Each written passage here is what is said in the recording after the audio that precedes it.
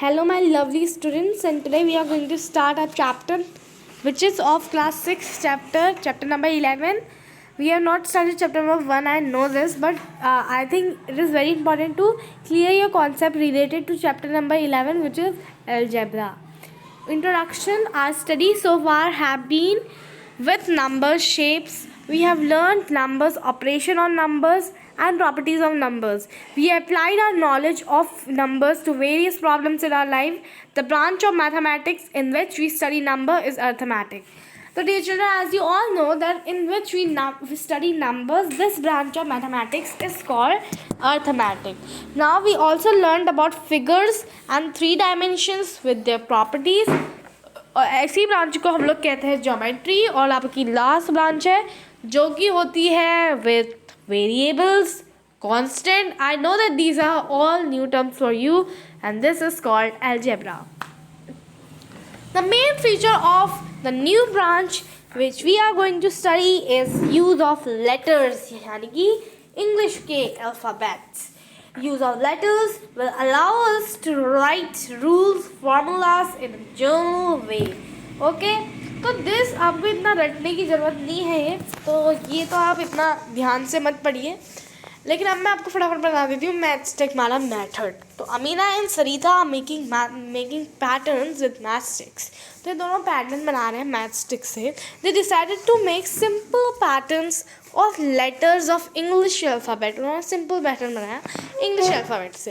Amina takes 2 matchstick to form letter L. तो letter L बनाने के लिए बेसिकली 2 ही मैथस्टिक्स लगेगी ना. जैसे for example I am showing you है 2 मैथस्टिक आपकी यहाँ पे लग रही हैं क्या लेटर एल बनाने में. ये देखो डियर स्टूडेंट्स, ये देखो एक मैथस्टिक ये है, एक मैथस्टिक ये है. टोटल आपकी कितनी मैथस्टिक्स लगी? टोटल आपकी कितनी मैथस्टिक्स लगी? आपकी टोटल लगी 2 मैथस्टिक. कुछ बी वाला देखिए, बी वाले में क्या है आपको 2 अल्फ़ाबेट आपने बनाए. कितनी मैथस्टिक लगी? 1 2 3 4. 1 एक मैथस्टिक, एक एल बनाने के लिए 2 मैथस्टिक. 2 एल बनाने के लिए कितनी लगेगी? 4 लगेगी. तो आप बेसिकली क्या कर रहे हैं, आपके पास 2 है तो 2 is a constant number, right.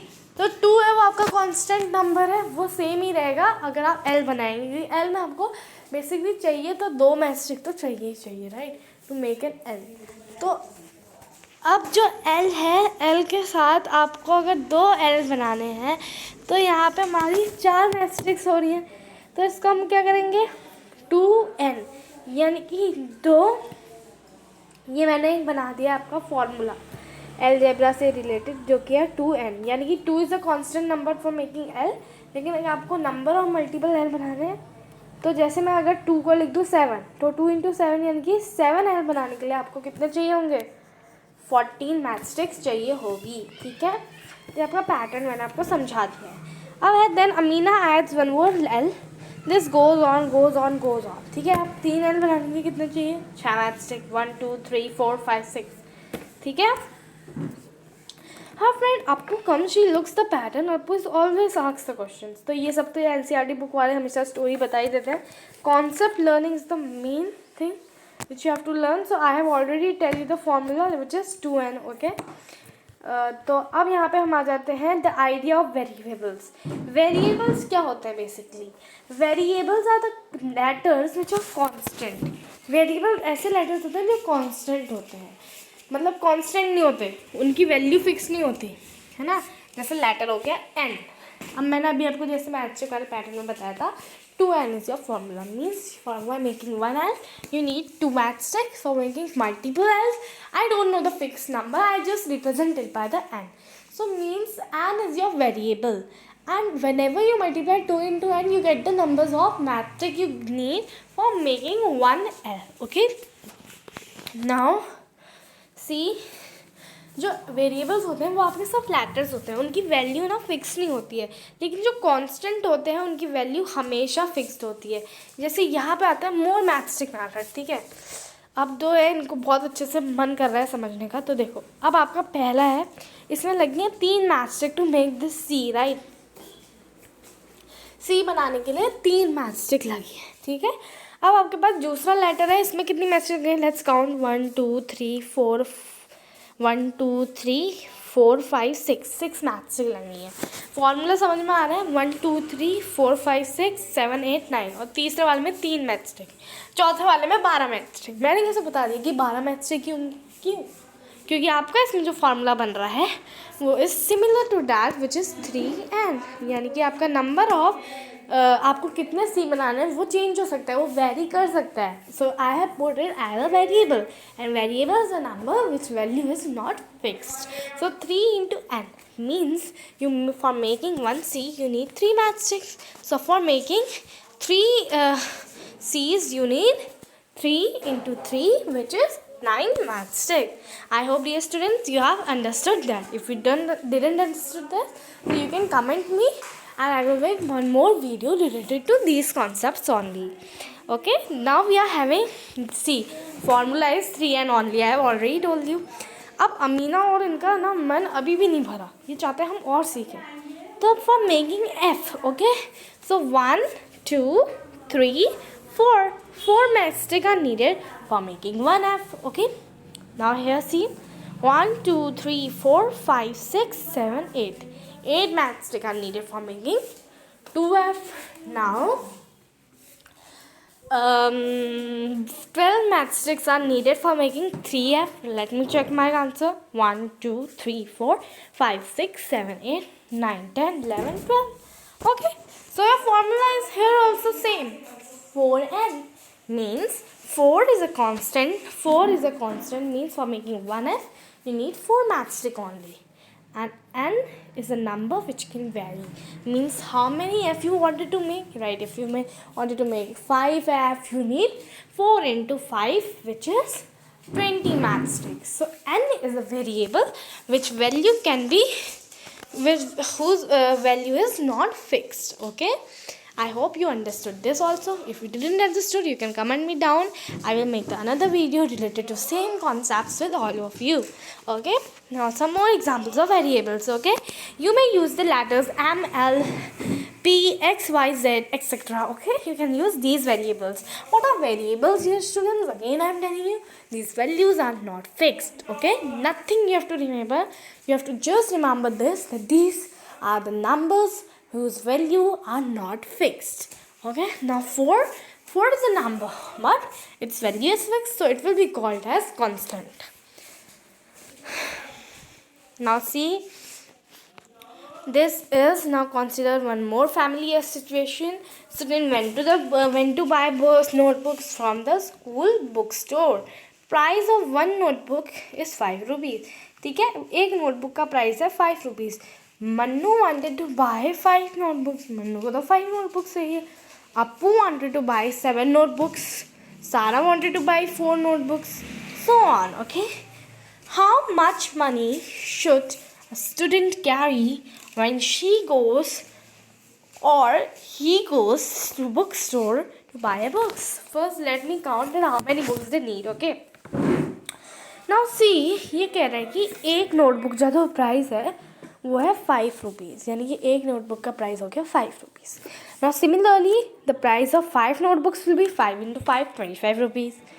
Appu को 7 नोटबुक्स चाहिए तो 5 into 7 35 रुपीज़. सारा को 4 चाहिए 20 rupees. Okay, similarly now 25. See the pattern here. Okay, for buying 5 notebooks, what they have given 25 rupees.